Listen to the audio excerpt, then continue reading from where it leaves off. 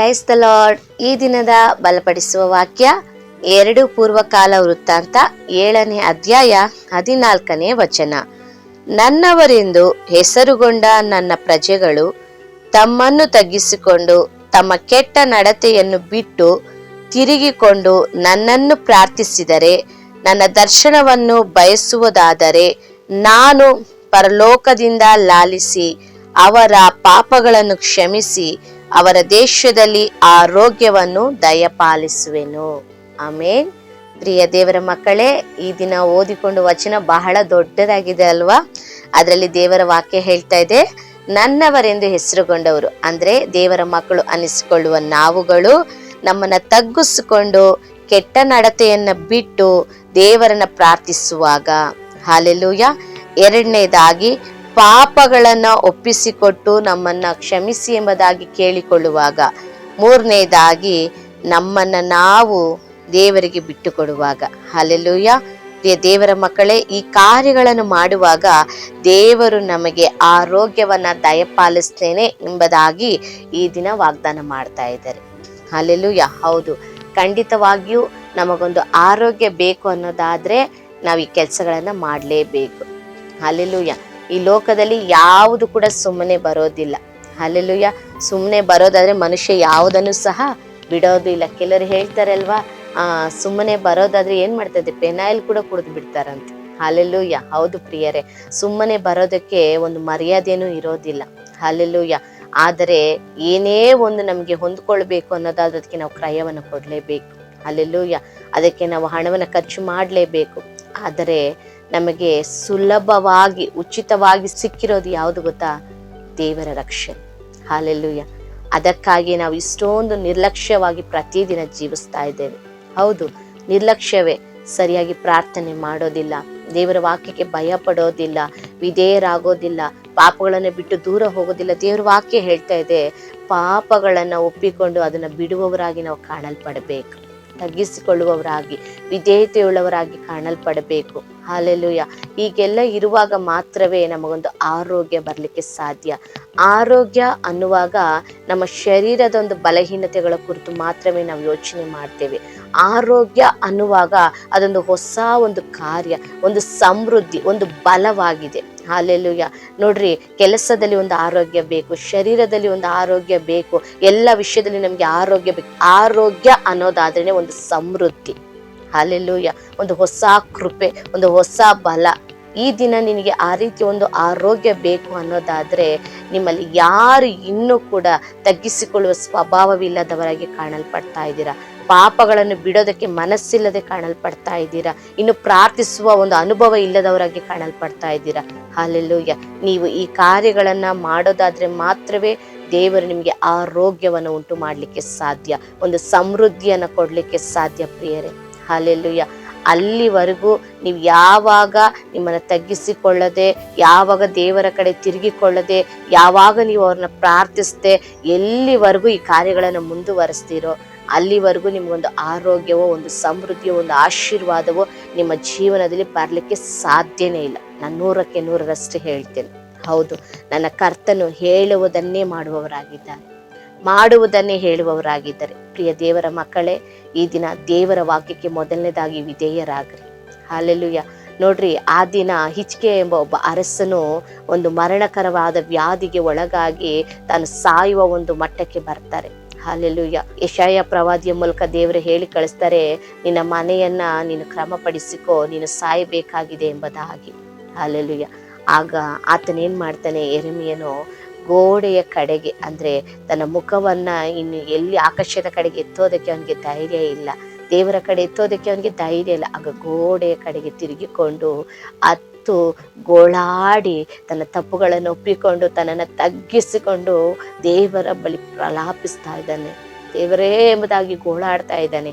ಆಗ ಆ ರೀತಿಯಾಗಿ ಗೋಳಾಡುವಾಗ ನಮ್ಮ ದೇವರು ಮನ ಮರುಗುವ ದೇವರು. ಹಾಲೆಲೂಯ. ಸಾಮಾನ್ಯವಾದ ಲೋಕದಲ್ಲಿರುವ ತಂದೆ ತಾಯಿಗಳಾಗಿರುವ ನಾವೇ ನಮ್ಮ ಮಕ್ಕಳು ಸ್ವಲ್ಪ ಕಣ್ಣೀರಿಡೋದಾದ್ರೆ ನಾವು ಹಾಗೇ ಕರಗಿ ಹೋಗ್ತೇವೆ. ಹಾಲೆಲೂಯ. ಹಾಗಿರುವಾಗ ನಮ್ಮನ್ನು ಉಂಟು ಮಾಡಿದ ನಮ್ಮ ಸರ್ವಶಕ್ತನಾದ ದೇವರ ಹೃದಯ ಇನ್ನೆಂಥದ್ದಾಗುತ್ತೆ ಹೇಳಿ?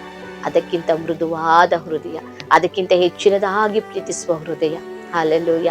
ಆಗ ಆ ತಂದೆಯಾದ ದೇವರು ತಕ್ಷಣವೇ ಹಿಜ್ಕೀಯನ ಮೊರೆಯನ್ನು ಕೇಳಿ ಆತನ ಕಣ್ಣೀರನ್ನು ಕಂಡು ಆತನ ವಿಧೇಯತೆಯನ್ನು ನೋಡಿ ಆಗ ತಕ್ಷಣ ಮತ್ತೆ ಯೆಶಾಯ ಪ್ರವಾದಿಗೆ ಹೇಳ್ತಾರೆ, ನೀನು ಹೋಗು, ನನ್ನ ಮಗನಿಗೆ ಹೇಳು, ಹಿಜ್ಕೀಯನಿಗೆ ಹೇಳು, ನಿನ್ನ ವರ್ಷಕ್ಕೆ ಇನ್ನು ನಾನು 15 ವರ್ಷಗಳನ್ನು ನಿನ್ನ ಆಯುಷ್ಯನ ಕೂಡಿಸಿ ಕೊಡ್ತಾ ಇದ್ದೇನೆ, ನಿನ್ನ ಕಣ್ಣೀರನ್ನು ಕಂಡಿದ್ದೇನೆ, ನಿನ್ನ ವಿಜ್ಞಾಪನೆಯನ್ನು ಕೇಳಿದ್ದೇನೆ ಎಂಬುದಾಗಿ ಹೇಳು ಎಂಬುದಾಗಿ.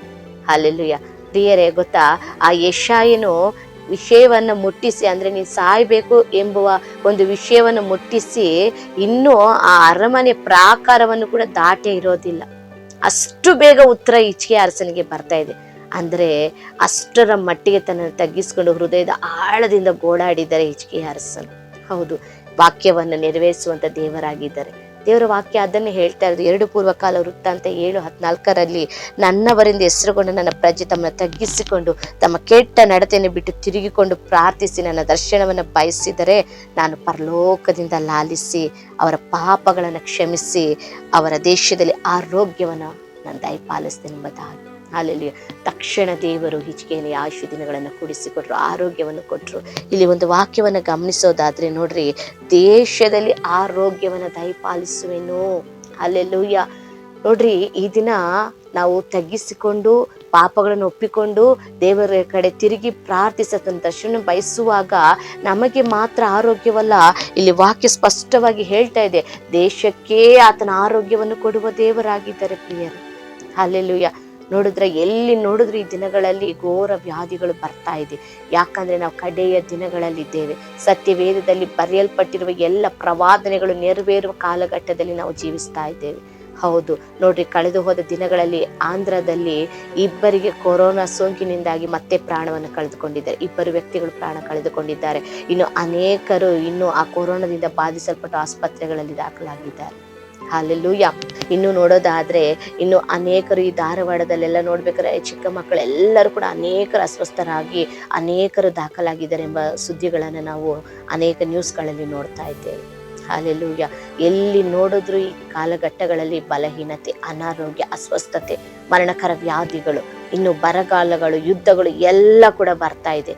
ಆದರೆ ಈ ದಿನ ನೀವು ನಾನು ನಮ್ಮನ್ನು ತಗ್ಗಿಸಿಕೊಂಡು ನಾವು ದೇವರನ್ನ ಪ್ರಾರ್ಥಿಸಿ ನಮ್ಮ ಕೆಟ್ಟ ನಡತೆಗಳನ್ನ ಬಿಟ್ಟು ಆತನ ದರ್ಶನವನ್ನು ಬಯಸಿ ಪ್ರಾರ್ಥನೆ ಮಾಡೋದೇ ಆದರೆ ಖಂಡಿತವಾಗಿ ನಮಗೆ ಮಾತ್ರ ಆರೋಗ್ಯವಲ್ಲ, ಇಡೀ ದೇಶಕ್ಕೆ ನಮ್ಮ ದೇವರಾದ ಯೆಹೋವನು ಆರೋಗ್ಯವನ್ನು ದಯಪಾಲಿಸಲು ಶಕ್ತನಾಗಿದ್ದಾನೆ ಪ್ರಿಯರೇ. ಹೌದು, ನಾವು ನಮ್ಮ ಪಾಪಗಳಿಗಾಗಿ ಪ್ರಾರ್ಥನೆ ಮಾಡಬೇಕು, ಈ ಜನರ ದ್ರೋಹಗಳಿಗಾಗಿ ಪ್ರಾರ್ಥನೆ ಮಾಡಬೇಕು. ದೇವರೇ, ಅನೇಕರು ಕುಡಿದು ಹಾಳಾಗ್ತಾ ಇದ್ದಾರಪ್ಪ, ಅನೇಕರು ವ್ಯಭಿಚಾರದ ಪಾಪದಲ್ಲಿ ಸಿಕ್ಕಿಕೊಂಡಿದ್ದಾರಪ್ಪ, ಅನೇಕರು ಹಲವು ವಿಧವಾದ ಪಾಪಗಳನ್ನ ಮಾಡ್ತಾ ಇದ್ದಾರಪ್ಪ.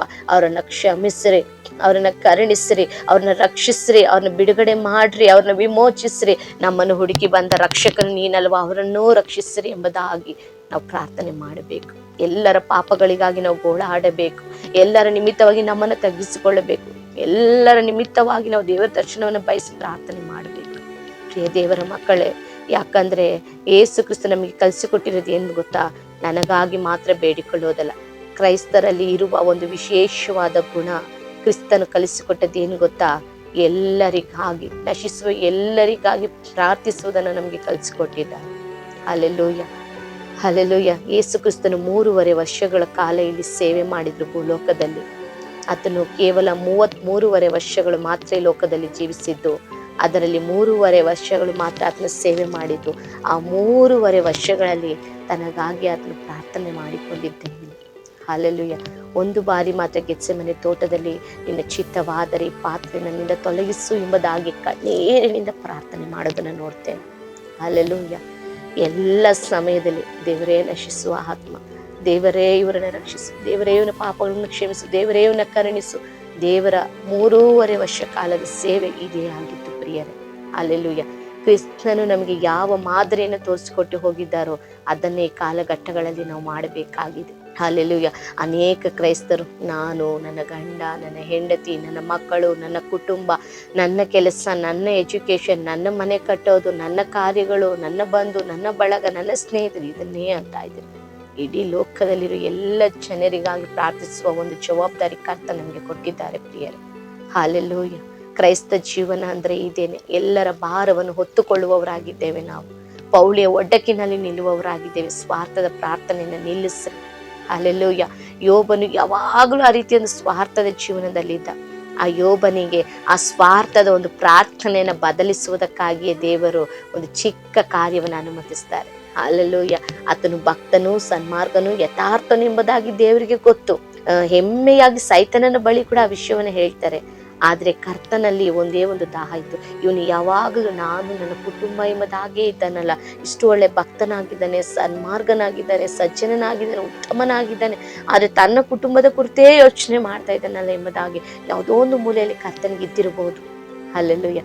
ಅದನ್ನ ಸರಿ ಮಾಡೋದಕ್ಕಾಗಿ ಸೈತನಿಗೆ ಒಂದು ಚಿಕ್ಕ ಅವಕಾಶವನ್ನು ಕೊಡ್ತಾರೆ. ಅವನು ಕೇಳ್ತಾನೆ, ನನ್ನ ಕೈಗೆ ಕೊಡು ಎಂಬುದಾಗಿ. ಅಲ್ಲೆಲ್ಲೂಯ್ಯ. ಆದ್ರೆ ದೇವರು ಏನ್ ಬೇಕಾದ್ರೂ ನೀನು ಶೋಧಿಸು, ಅವನ ಪ್ರಾಣನು ಮುಟ್ಟೋದಕ್ಕೆ ನಿನಗೆ ಅಧಿಕಾರ ಇಲ್ಲ ಎಂಬುದಾಗಿ ಹೇಳಿ ಯೋಬನನ್ನ ಸೈತನ ಕೈಗೆ ದೇವರು ಒಪ್ಪಿಸ್ಕೊಡ್ತಾರೆ. ಹಾಲೆಲ್ಲಿ. ಆದ್ರೆ ಕೊನೆಯದಾಗಿ ಯೋಬ 42:10 ಬರುವಾಗ ಆತನು ತನ್ನ ಸ್ನೇಹಿತರಿಗಾಗಿ ಪ್ರಾರ್ಥಿಸಿದಾಗ ಅವನ ವ್ಯಾಧಿ ಗುಣವಾಗುತ್ತದೆ. ಹಾಲೆಲ್ಲೂಯ್ಯ. ಅವನ ಮೊದಲ ಸ್ಥಿತಿಗಿಂತ ಕಡೆಯ ಸ್ಥಿತಿ ಆಶೀರ್ವಾದವಾಗಿ ಮಾರ್ಪಡ್ತದೆ. 2ರಷ್ಟು ಆಶೀರ್ವಾದಗಳನ್ನು ಪಡೆದುಕೊಳ್ತಾನೆ. ಹೌದು ಪ್ರಿಯರೇ, ದೇವರು ನಮ್ಮ ಬಳಿ ಬಯಸೋದು ಸ್ವಾರ್ಥದ ಪ್ರಾರ್ಥನೆ ಅಲ್ಲ. ಇತರರಿಗಾಗಿ ಪ್ರಾರ್ಥಿಸಬೇಕು, ಇತರರಿಗಾಗಿ ಗೋಳಾಡಬೇಕು, ಇತರರಿಗಾಗಿ ಪೌಳಿಯ ಒಡಕಿನಲ್ಲಿ ನಾವು ನಿಂತ್ಕೊಳ್ಬೇಕು. ದೇವರೇ ನನ್ನ ದೇಶ ಎಂಬುದಾಗಿ ಗೋಳಾಡಬೇಕು, ದೇವರೇ ನನ್ನ ಜನರು ಎಂಬುದಾಗಿ ಗೋಳಾಡಬೇಕು. ಪಾಪದಲ್ಲಿರುವ ಜನರು, ನಶಿಸುತ್ತಿರುವ ಜನರು, ದೇವರೇ ಎಡಗೈಗೂ ಬಲಗೈಗೂ ವ್ಯತ್ಯಾಸ ತಿಳಿದ ಜನರು ಎಂಬುದಾಗಿ ಗೋಳಾಡಬೇಕು. ಅಲ್ಲೆಲ್ಲೂಯ್ಯ.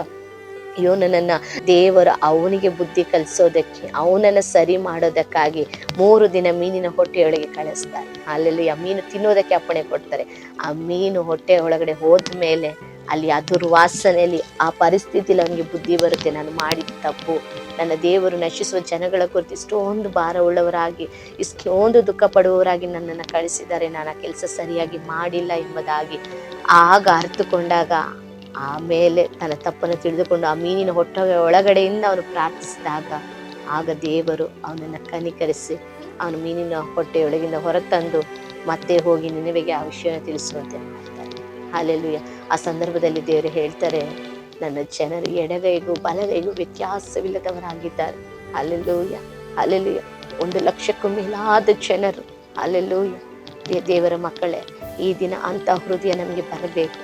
ಈ ದಿನ ದೇವರ ಹೃದಯ ಆ ರೀತಿಯಾಗಿ ದುಃಖ ಪಡ್ತಾ ಇದೆ. ಅಯ್ಯೋ, ನನ್ನ ದೇಶದಲ್ಲಿ ಎಷ್ಟೋ ಜನರು ಸತ್ತು ಹೋಗ್ತಾ ಇದ್ದಾರೆ, ಎಷ್ಟೋ ಜನ ಸತ್ಯವನ್ನು ತಿಳಿದು ಹಾಳಾಗಿ ಹೋಗ್ತಾ ಇದ್ದಾರೆ, ಎಷ್ಟೋ ಜನ ನರಕಕ್ಕೆ ಹೋಗ್ತಾ ಇದ್ದಾರೆ. ಆ ತಂದೆ ಈ ದಿನ ಎದುರು ನೋಡ್ತಾ ಇರೋದು ನಿಮ್ಮ ಬಳಿ, ನನ್ನ ಬಳಿ ನಶಿಸುವ ಜನರ ಕುರಿತು ಯಾರು ಪ್ರಾರ್ಥನೆ ಮಾಡ್ತಾರೆ, ಯಾರು ಬೇಡಿಕೊಳ್ತಾರೆ ಎಂಬುದಾಗಿ. ದೇವರ ಮಕ್ಕಳೇ, ಈ ದಿನ ಸ್ವಾರ್ಥದ ಬದುಕು ಸಾಕು, ಸ್ವಾರ್ಥದ ಪ್ರಾರ್ಥನೆ ಸಾಕು. ದಯವಿಟ್ಟು ನಿಲ್ಲಿಸ್ರಿ. ನಿಮ್ಮ ಕುಟುಂಬದ ಕುರಿತು ಯೋಚನೆ ಮಾಡಿದ್ದು ಸಾಕು. ನೋಡ್ರಿ, ನೀವು ಯಾವಾಗ ದೇಶಕ್ಕಾಗಿ ಪ್ರಾರ್ಥಿಸೋದಕ್ಕೆ ಪ್ರಾರಂಭ ಮಾಡ್ತಿರೋ ಆಗ ಖಂಡಿತವಾಗಿ ದೇವರು ನಿಮ್ಮ ಕುಟುಂಬ, ನಿಮ್ಮ ವೈಯಕ್ತಿಕ ಜೀವನವನ್ನು ಆಶೀರ್ವದಿಸ್ತಾರೆ. ಅಲ್ಲೆಲ್ಲೂಯ್ಯ. ನನ್ನ ಮನಸ್ಸಿನ ಮೇಲೆ ಕೈ ಇಟ್ಟು ಹೇಳ್ತೇನೆ, ಮನಸಾರೆ ಹೇಳ್ತೇನೆ, ನನ್ನ ಜೀವನದಲ್ಲಿ ಆಶೀರ್ವಾದ ನಾನು 100ಕ್ಕೆ 1000ದಷ್ಟು ಹೊಂದಿಕೊಂಡಿದ್ದೇನೆ.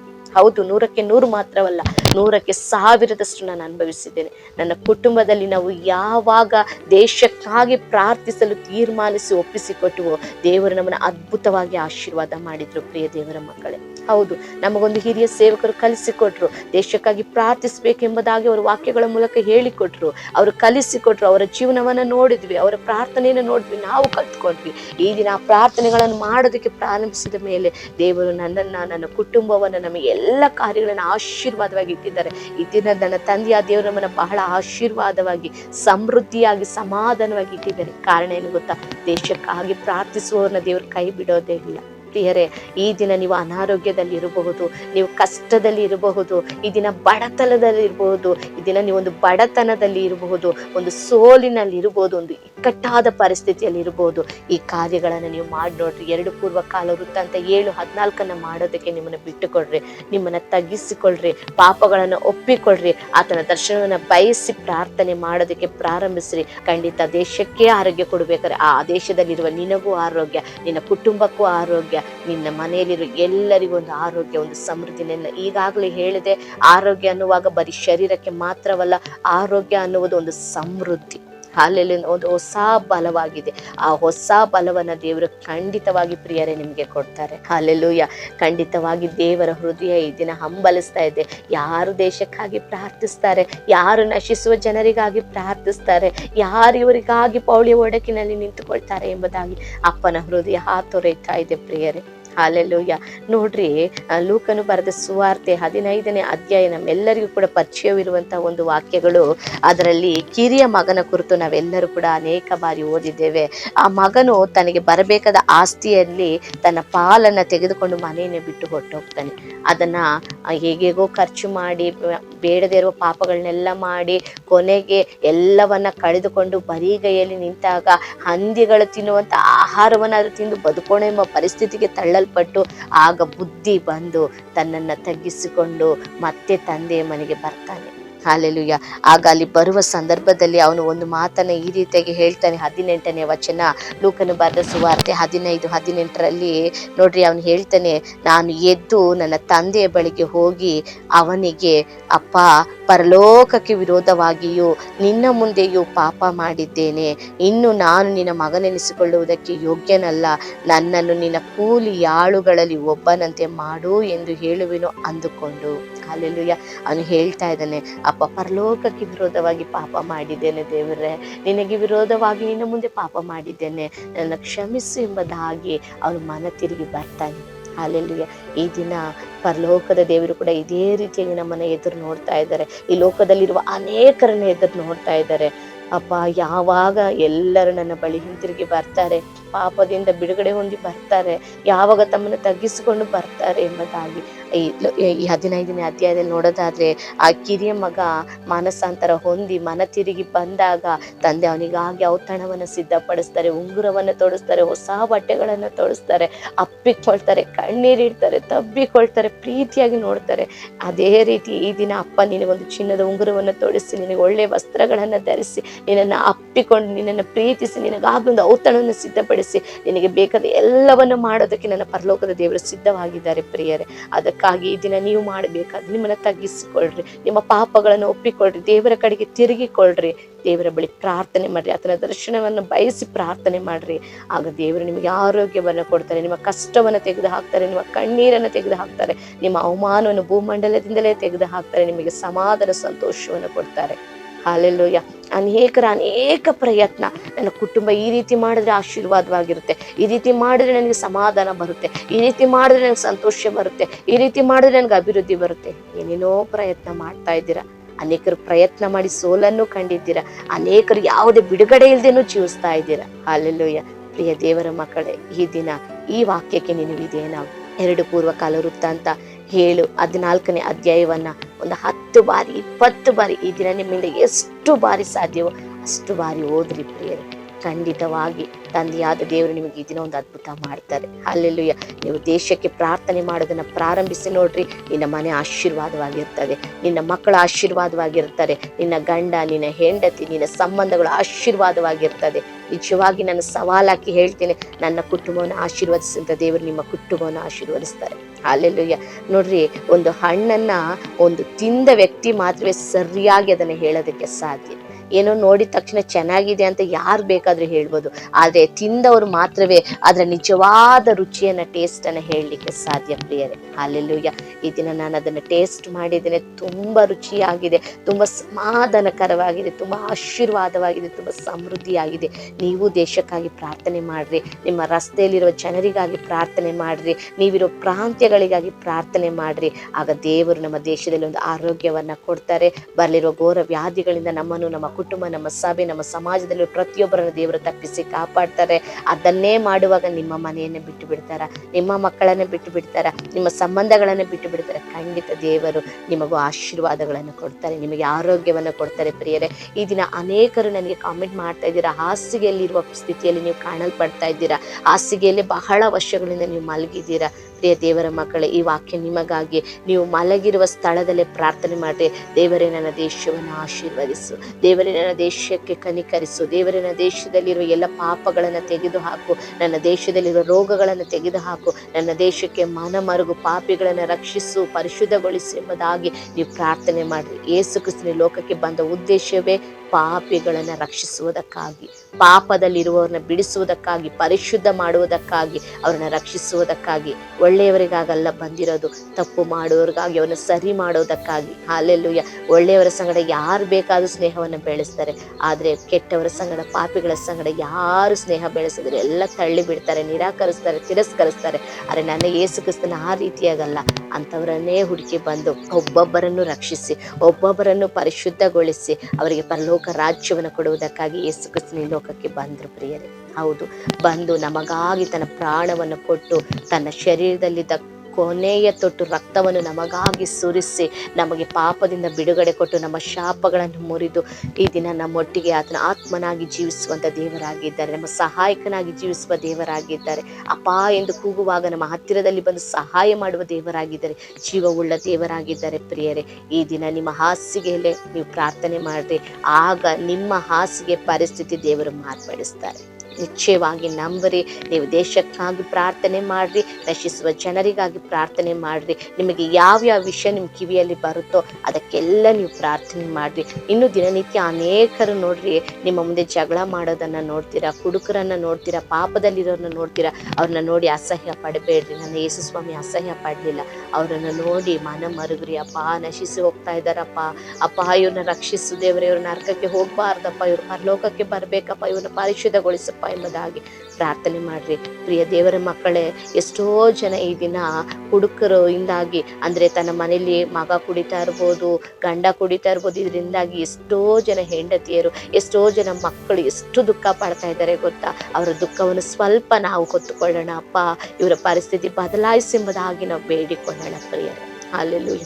ಎಷ್ಟೋ ಜನ ಪಾಪದ ಕಾರ್ಯದಲ್ಲಿ, ವ್ಯಭಿಚಾರದಲ್ಲಿದ್ದಾರೆ. ಅವರ ತಂದೆ ತಾಯಿ ಅವ್ರನ್ನ ನೋಡಿ ದುಃಖ ಪಡ್ತಾ ಇದ್ದಾರೆ. ಅಯ್ಯೋ, ನನ್ನ ಮಗ ಈ ರೀತಿ ದಾರಿ ತಪ್ಪಿ ಹೋಗಿದ್ದಾನೆ, ನನ್ನ ಮಗಳು ಈ ರೀತಿ ದಾರಿ ತಪ್ಪಿ ಹೋಗಿದ್ದಾಳಪ್ಪ, ದಯವಿಟ್ಟು ಕರುಣಿಸಿ ಎಂಬುದಾಗಿ ತಂದೆ ತಾಯಿ ಓಡಾಡ್ತಾ ಇದ್ದಾರೆ. ಅವರ ಭಾರವನ್ನು ಸ್ವಲ್ಪ ನಾವು ಸಹ ಹೊತ್ತುಕೊಳ್ಳೋಣ ಪ್ರಿಯರೇ. ದಯವಿಟ್ಟು ಪ್ರಾರ್ಥನೆ ಮಾಡಿ. ಈ ದಿನ ಇಂಥ ಪ್ರಾರ್ಥನೆ ಮಾಡೋರ್ನೇ ದೇವರು ಎದುರು ನೋಡ್ತಾ ಇರೋದು.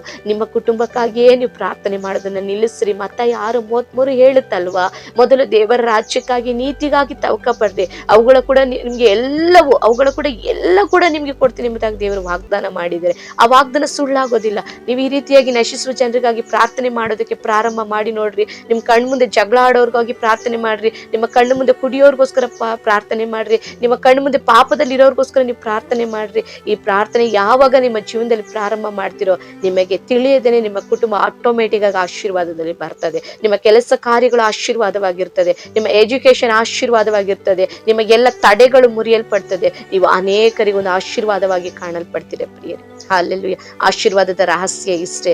ಓವರ್ ಟೈಮ್ ಮಾಡಬೇಕಾದ ಅವಶ್ಯಕತೆ ಇಲ್ಲ. ನಿಮ್ಮ ದೇಹವನ್ನು ನೀವು ಅಧಿಕವಾಗಿ ನೀವು ಕುಗ್ಗಿಸೋದು ಬೇಕಾಗಿಲ್ಲ, ಜಜ್ಜೋದು ಬೇಕಾಗಿಲ್ಲ. ನೀವು ಸರಿಯಾಗಿ ಕೆಲಸ ಮಾಡ್ರಿ, ಸೋಮಾರಿತನ ಇಲ್ಲದೆ ಸರಿಯಾದ ಸಮಯದಲ್ಲಿ ಕೆಲಸಕ್ಕೆ ಹೋಗ್ರಿ, ಸರಿಯಾದ ಸಮಯದಲ್ಲಿ ಆಹಾರ ತಿನ್ರಿ, ಸರಿಯಾದ ಸಮಯದಲ್ಲಿ ನಿದ್ರೆ ಮಾಡ್ರಿ. ಅದರೊಟ್ಟಿಗೆ ಸರಿಯಾಗಿ ದೇಶಕ್ಕಾಗಿ ಪ್ರಾರ್ಥನೆ ಮಾಡ್ರಿ, ನಶಿಸುವ ಜನರಿಗಾಗಿ ಪ್ರಾರ್ಥನೆ ಮಾಡ್ರಿ, ಪಾಪಗಳನ್ನು ಒಪ್ಪಿಸಿಕೊಟ್ಟು ಪ್ರಾರ್ಥನೆ ಮಾಡ್ರಿ, ನಿಮ್ಮನ್ನ ತಗ್ಗಿಸಿಕೊಂಡು ಪ್ರಾರ್ಥನೆ ಮಾಡ್ರಿ, ಮನ ತಿರುಗಿ ಪ್ರಾರ್ಥನೆ ಮಾಡ್ರಿ, ಆತನ ದರ್ಶನವನ್ನ ಬಯಸಿ ಪ್ರಾರ್ಥನೆ ಮಾಡ್ರಿ. ಖಂಡಿತವಾಗಿ ದೇಶಕ್ಕೆ ದೇವರ ಆರೋಗ್ಯವನ್ನು ಕೊಟ್ಟು, ನಿಮ್ಮ ಕುಟುಂಬದಲ್ಲಿ ಪ್ರತಿಯೊಬ್ಬರಿಗೂ ಆರೋಗ್ಯವನ್ನು ಕೊಟ್ಟು, ಎಲ್ಲ ವಿಷಯದಲ್ಲೂ ಸಮೃದ್ಧಿಯನ್ನು ದೇವರು ಅನುಗ್ರಹಿಸ್ತಾರೆ.